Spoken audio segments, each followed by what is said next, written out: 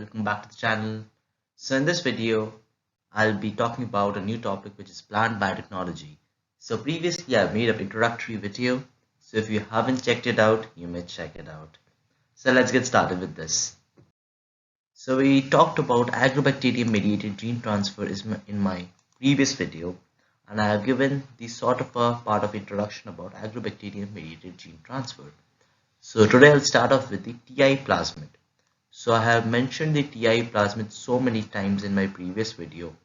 So I'll be explaining about what is TI plasmid and the TI DNA. Alright. So TI plasmid is the plasmid that is present in the bacterium. Alright. So that is present inside the agrobacterium, and this TI plasmid contains a TI DNA. Alright. So let's just study about the TI plasmid first before moving on to the DNA part. So in the TI plasmid, it consists of a larger circular DNA molecule up to 200 kb in length. It also contains a tDNA region, which we also known as the transfer DNA region. So this is the transfer DNA region. So this you can see. So this part is the tDNA region. Also, it contains the virulence region. It contains the origin of transfer region. It contains conjugative transfer region and also genes for catabolism, opines. I'll be explaining the importance of all of these regions in my coming videos, or some of them in this video as well. So this part is the virulence region. This part is the origin of transfer region. This is the opine catabolism region. So the opines and all I have explained in my previous video. Also, this is the conjugative transfer region. All right, and this part entirely is the tDNA region. All right, so which consists of left borders and right borders, which also has auxin productions, opine synthesis. So all the auxin and opine synthesis part I have mentioned in my previous video, so you may check it out once. All right, so this part is the tDNA region, and this is the T region in between them. So, and other regions I have told. So moving on with this. So the tDNA has the tDNA region, or the tDNA can be of two types. All right. So the tDNA can be of nopeline type or can be of octopine type. All right. So the nopeline type DNA has a single 23 kb tDNA region, and it contains 13 large ORFs. All right. Whereas the octopine type tDNA region, or the TI plasmid region, contains 13 kb left-handed piece and 8 kb right-handed piece, and it has 8 and 6 ORFs in the octopine region. All right. So the tDNA can be of two types. All right. So this is one can be of nopeline type, and the other can be of octopine type. So both of them are more or less the same. The only difference is the number of ORFs it contains, and others are almost the same. All right. So both contain the auxin region, the opine synthesis region. Both have the everything similar, almost everything similar to each other. Just the ORFs are different. All right. So moving on with this, the tDNA. So moving to the tDNA region. So we just studied about the left and right borders right now. And these are the two strains, or these are the two types of tDNA, which is the nopeline strain and the octopine strain. So as you can see, both are the same type, so just the number of ORFs differ, and others are everything the same. Also, talking about the left and the right borders, so it contains highly conserved 24 base pair direct repeat sequence flanks the remaining components of the tDNA, known as the left and the right borders. So the left and right borders, so these are the two borders. In between there are 24 base pairs, all right, that are present. All right. So the left and the right borders isolate the 24 base pairs from the other entire plasmid. All right.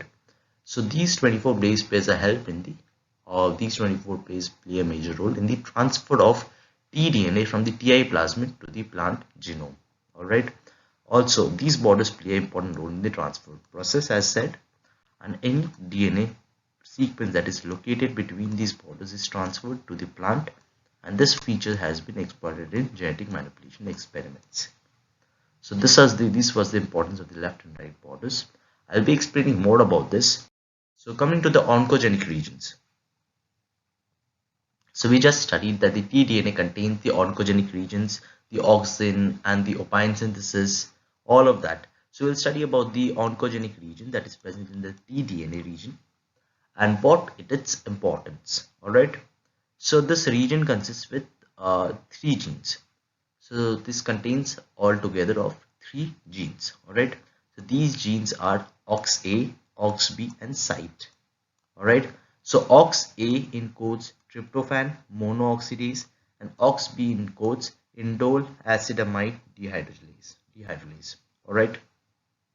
So OXA and OXB encoded proteins are involved in the synthesis of auxin from starting substrate tryptophan, and SITE gene encodes an isopentyl transferase that catalyze the formation of cytokinin from the isopentyl pyrophosphate.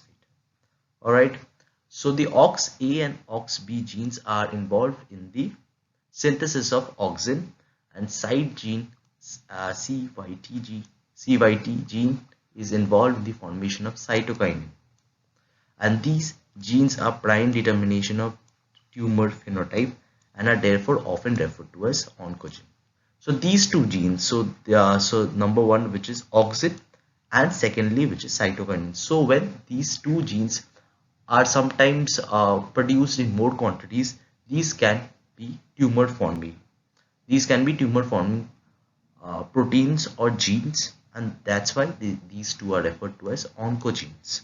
Alright, so I've explained about auxin and cytokinin in a previous video clearly, and why they are also called, there are various reasons they are why they are called oncogene, and that is why they are referred to as oncogenes, and there are three genes mainly involved in the formation of these two.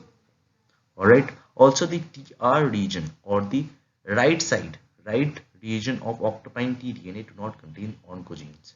Alright, so the octopine strain of right side tDNA do not contain oncogenes. So this is a sort of exception, so you might remember. Alright, so this is the process or entire process that takes place for the tumor formation. Alright, this is the same as said with all the proteins that it codes, all the genes that it codes.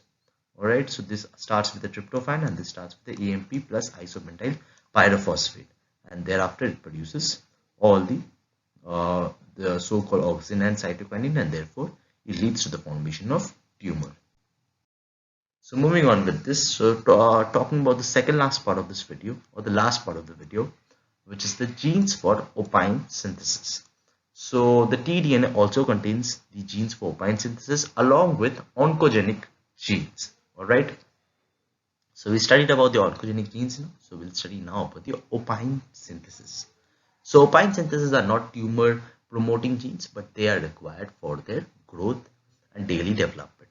Alright, so the proliferating cells produce opines, derivatives and agropines, which are used by the Agrobacterium tumefaciens as its sole carbon and energy source. So this is totally related with for the energy source and the carbon source.